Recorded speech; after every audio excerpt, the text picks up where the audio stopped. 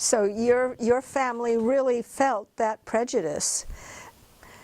Wow. Right. So much to the fact that it affected my father and the way he brought us up for years, for all my life, I guess, because he needed to win these neighbors over now that he was going to live there. Mm-hmm. And back then, it was normal, it was common to assimilate. And that's not really something at all that's done now, right? So, I mean, it is, but in a different way. Back then, it was, you pretty much have to see the neighborhood that you're around and be able to make friends with each and every person and have the respect and the understanding of their culture.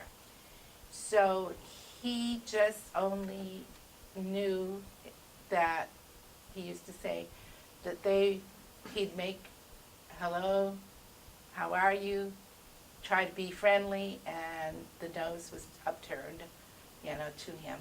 However, there was Mrs. Mattershaw, one of the people who had lived in the homes up there, and one of those who was part of that lawsuit, who I don't know if she really had her heart in it and just was going along with the neighbors or what, but she was the one who befriended him first. What was her name? Mrs. Mattershaw, as I know her. Mattershaw? Yes, but I don't remember her first name. I went to school with the daughter. Okay, so we'll get that. Thelma says she went to school with her daughter. Yeah, Dolly and Ginger Mattershaw was married to my cousin, and he lived up there too. Yes, and then Pat was the younger one who was And Patty a couple was of the years older youngest than son. me. Yeah, this is Thelma Jones talking, but that's good. We're getting the information. So, so she befriended your father. Yeah, she saw my father was fixing the yard, making it beautiful.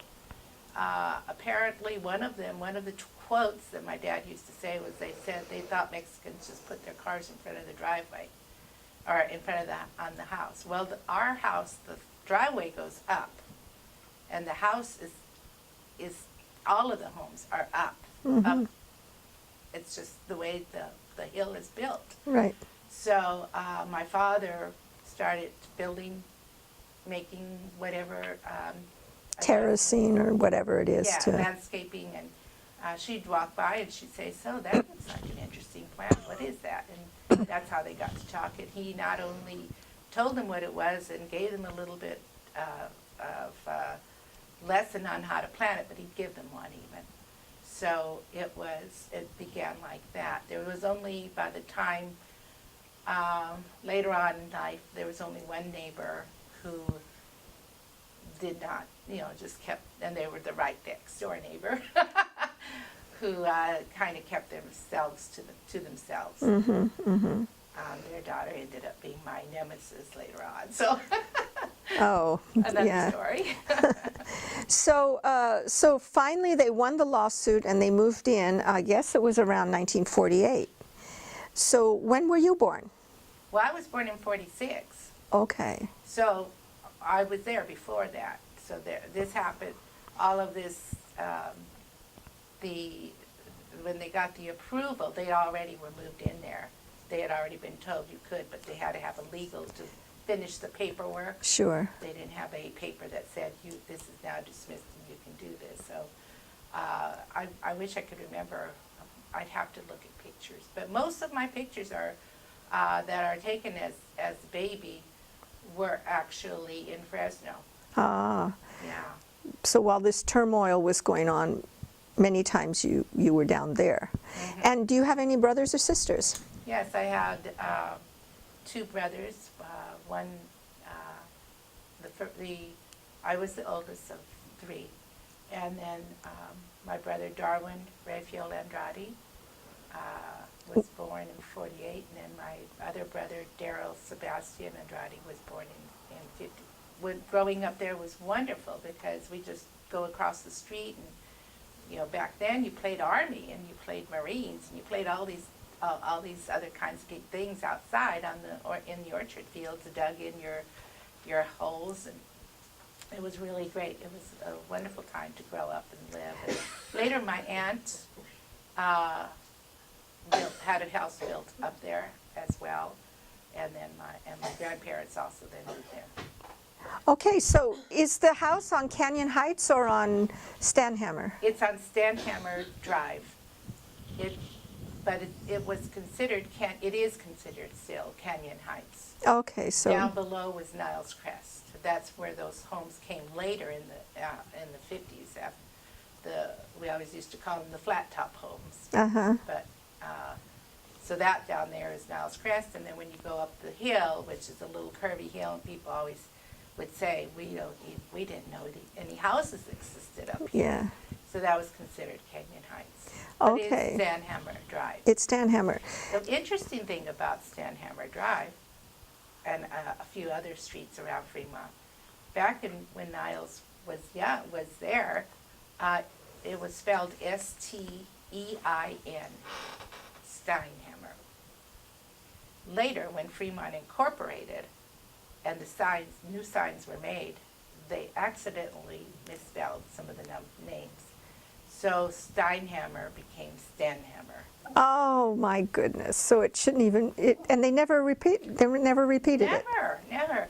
And I have envelopes saying S-T-E-I-N. Stein. That makes sense. From people who, would mail things. And the other thing that they didn't, there was no sidewalks. And I remember later when Fremont incorporated, then they had the people up there vote whether they wanted sidewalks or not. And my father said, never, I never want any sidewalk on this side. And I was older, of course, but I always remember that seemed to be like a whole other area of Niles that was forgotten. Because we were the last to get this, only one side A sidewalk. And the others, sometimes it did, sometimes it didn't. It was kind of weird. Yeah, that's a nice area up there. Is the house still there? Oh, yes, the house is still there. I live in the house. Oh, well, there you go. You live in the house you grew up in. Yes, it's been wonderful. When my parents died, the home, after about 6 months of grieving and doing whatever, then my brother and his wife moved there. And they lived there for 3 years, and then after they decided to purchase a different home in Central Valley. And so then I bought my brother out, and my son lived there. So I really didn't have plans to live there because of the memories and such, and there was just, I loved my home that was over here on Walnut Avenue. So I guess my son lived there for 5 more years, because I know it was 9 years later from after my parents died that I moved there. And so we've been there like 11 years. Oh, wonderful. You like it? I love it. And, I'm just so grateful to be there. It's been, well, we renovated and got it all up to par and everything, and it's been real eye-opener to realize how hard my dad worked. I mean, I know the history and I love that, but to think about, the yard, everything's, what are they called? He terraced it. Terraced it because of the hill and things like that. So when people come, they're always like, oh my gosh, how many do you have? Because it's just terraced here and there. And then there's this big, giant, huge, beautiful tree that he planted when I was little, and now it's just gigantic. So it's wonderful to be there with the history and to bring it back to life, to the way that my father, really loved the home and the yard. Wonderful.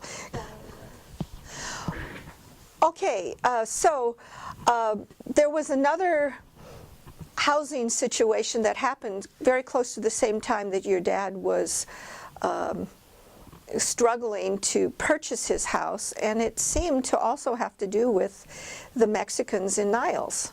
Can you tell me about what happened, please? Okay.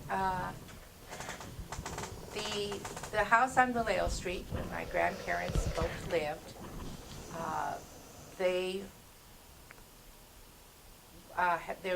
was neighbors on both sides. I think, as I said before, there were approximately 30 families, but could be more. There were families who had come from Mexico, come from wherever, San Diego and such, but they had actually been renting that land when it became, when Niles moved to the other side, when Old Town Niles moved to the other side, then that property was able to be rented by the railroad and water company. So the Southern Pacific owned the property on Niles, on Vallejo Street, or most of it? I'm asking, I don't know. I know, I was just thinking the water company now. The water company, Alameda County Water, I or, have to get my facts right, because it says it in there, but I don't have that in my mind this moment. How odd, it just came to me. oh, it might be the water company had land there too. So they had to get, they got notices that they had to evacuate, that they, not, what's the word, when the Tennessee ends and you're, They had to, in the old newspaper article, it says it, but I can't remember it. okay, they had to leave anyway. Yeah, so they had a hard time with this because families had already been living there for some time, and there were generations that had, grown up there again. So here we have my father having not coming home from the service not very long after this started in March of 1946, that it became known that these people would need to be evicted, that's the word. Oh, yes. So, which meant your father's parents had to leave their house, or they Right. were being threatened to have to leave their house. Yes, and so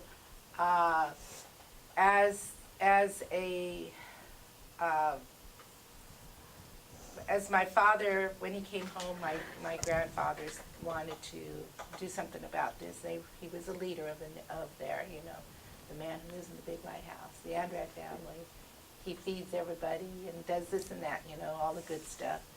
And so now the son's home, and he said, my dad, Rachel Andrade, said he would lead it.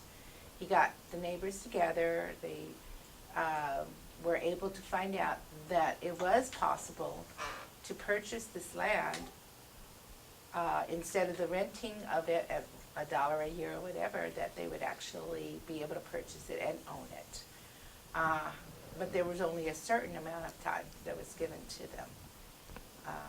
Instead of it being, a riot or anything like that, he worked with those people that were representing the other side. Mm-hmm. And he then told the neighbors, this is what we can do. This is how it can work.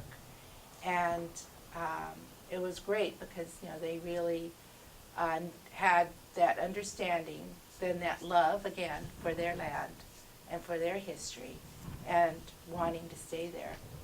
So an amazing thing happened. Auction date was set, and rather than each neighbor coming up with, okay, everyone come up with $300 or whatever amount it would be, it was decided to put as much as you can in to help with this. Whether you had a small plot of land or whether you had a large plot didn't matter. So everyone put in whatever they could, and it wasn't, well, if you can't put in this much, oh well, you're out. It wasn't that at all. It was, we'll put what you think you can. So the parents and their children all kind of worked together to see, well, what can we do?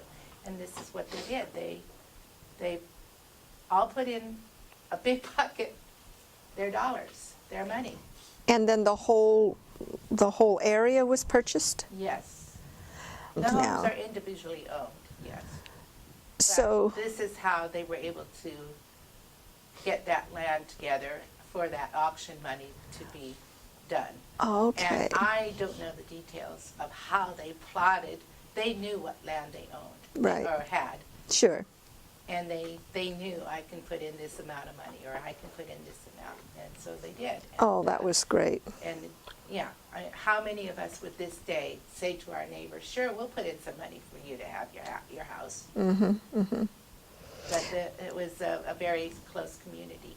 And actually, many of the original families that lived there still have, just like me, others from that family living there. Do. My grandparents' home was sold later. I lived in it too. I got married and I lived in that for a while. Okay. Eventually, after it was sold and apartments were made. We went to school, my brothers and I, we went to school, to Niles School, until 5th grade, or 6th grade, sorry. And then Vallejo Mills was built, which was closer to our home, which is down below in Niles Crest area. So we went there, and I graduated, 8th grade from there. And it was really neat being in the Niles School. I have so many good memories of Niles. I did not go to kindergarten. I always tell people that's why I can't cut straight. I didn't learn in kindergarten. And when I started in 1st grade over there at Niles School, I always remember eating lunch outside on the side patio. It's not the same anymore, but that was one of my most favorites. That's where I would, play around and do cartwheels and all that. And then I always remember the teachers. People always somehow remember your younger teachers, Mrs. Connor, Miss Shire. There's so many stories. So all in all, the growing up down in Niles was really great with the S&A days. Loved the S&A days. And I know that it used to be the Queen. They would have the parade and there'd be the Queen. And we had, when I got older, my group of friends, 6 of them decided that they were going to go for that classification. Oh, that you mean try to be queen of Yes, the yeah. S&A days? And you had to sell so many tickets. Oh, that's what it was. Yeah, that's all it was. Oh, so Sell you a got lot to of be tickets. queen if you sold so many tickets to what, for a fundraiser or something? Uh-huh. And of course there was, I guess, other kinds of criteria, but I just didn't feel like I wanted to bother with any of that. And so, but I had a lot of fun, just being able to be part of watching my friends get dressed up and be able to be on that float. I remember helping make floats too. I was a Girl Scout, by the way. Oh. Oh, I forgot. My father started out all out with the Scouts. Oh, he did. Tell me about that. Okay.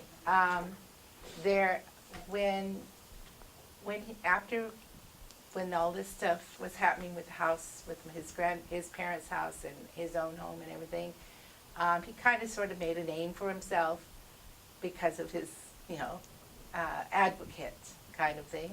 So they had some boys, older boys, who were kind of roughhousing and needed something to do. So they asked him, would you be interested in mentoring these kids and all? And that's how it became a Boy Scout troop. So it was Boy Scout troop number 1. Oh, in Niles. And it wasn't little kids. I have a picture of him with his teenagers. And they did work all around. They did yard works. They did work at the California Nursery, which is where he was at. When the Niles sign needed to be repaired and such, they went up there with a cart and horse and new cement and everything to take and do the Niles Hill renovation. And so I was only 1 year old when the Niles hut Boy Scout hut was being dedicated, and there's a newspaper article of my dad holding me, and the article's talking about how he's the Boy Scout leader, and here's a future Girl Scout leader. So it's kind of neat because I did become a future Girl Scout leader. My mother also, she was the Girl Scout leader later, And so that's where my love of being in the Brownies, being a Girl Scout, Junior Girl Scout, etc. And then I went on, as a parent, I became a leader. My love for the outdoors and everything, led me to be just a number of other kinds of positions. Day camp leader and such over at Coyote Hills, many years spent there camping with the girls and training Girl Scouts, training women to become Girl Scout leaders as well. So I did receive my 25-year of service with Girl Scouts. Oh, wonderful. And that was great because it was like, oh, my dad was so proud of me, and he started it. And there was a picture of you before it all started. I mean, before it started for you, yes. That future Girl Scout, whoever wrote that article didn't know what they were talking about, but it was true. Oh, that's great. So, yeah, so other things in growing up. Did you walk to school? When my father would take us to school on his way to work. He'd take us to my grandparents, and we'd walk from my grandparents' house there. That's how it would work. And sometimes my aunt, but that was in Niles. But when we were down at Villalobos Mills, of course, we walked down. And walking downhill and attending was all great, but walking back up that hill was another story. Right, right. Yeah. So we used to try to cross over the hill where Mrs. Williams lived. She lived in this house, not little tiny. It looked little compared to all the land around her. Right now there's other homes that are there that are another story. But anyway, I used to cross over that hill and make a shortcut. It really was not a shortcut. It was harder now that I look at it again. But it was dangerous, and that was the good part of it, because the dog might come barking after us, grab us and bite us and what all. So that was fun, being able to do all that walking. And we didn't walk in snow, but we walked a lot of miles now. Mm-hmm. Anyway, the other thing that I remember that's really, really sticks in my mind is Logan. I went to Logan, James Logan High School. Very proud, loved that school. We were the first class to be there from 1960 to 1964. Washington High School was the only one, but the people on a certain side of Niles could not go there because it was overcrowded. So even then, back years, it was overcrowded, more people moving in. So when they decided we'd be going to Logan, then we'd have to take the bus down the hill again to the central part right by the railroad, and we would be by Elderberry Park. And we'd take the bus there. So then Big Daddy's was made, and that was cool because now we didn't want to get off so close to home. We wanted to stop over at Big Daddy's and have our hamburger and milkshake, and then walk twice as far to get home. But we were having a great time there, and that was really a teenage thing. It's a real hangout then. It was a real hangout. Well, actually, Niles Depot, Bus Depot, Mm-hmm. which is now Bronco Billy's, Mm-hmm. that was our happy home with teenagers, with a Fonzie kind of a thing. That's where people hung out and just enjoyed those cherry Cokes. And What was it called? Niles Depot or It was Niles? just the Bus Depot. Oh, the Bus just the Depot. Bus Depot, yeah, originally. But the teenagers took over it for inside. We had, that's when I got married. When I was going to get married, I took my wedding gown down there so everybody could see it there. I almost forgot Elderberry Park. Tell me about that. Oh, my heavens. That was down below by the tracks, so there's the Canyon Heights, and then Niles Crest, and then here's where the railroad tracks, and that's kind of like that was the meeting point for most anything that any of the teenagers wanted to do. We'd meet there, and then we'd walk walk down to the Alameda Creek, have picnics, go fishing, crawdadding, swim. Did all these things that just were normal parts of growing up back then. Or we go right there to Elderberry Park. And Elderberry Park was there since I was, who knows how. I have a picture of my dad holding my hand in the kiddie pool, and I was not even 2 years old.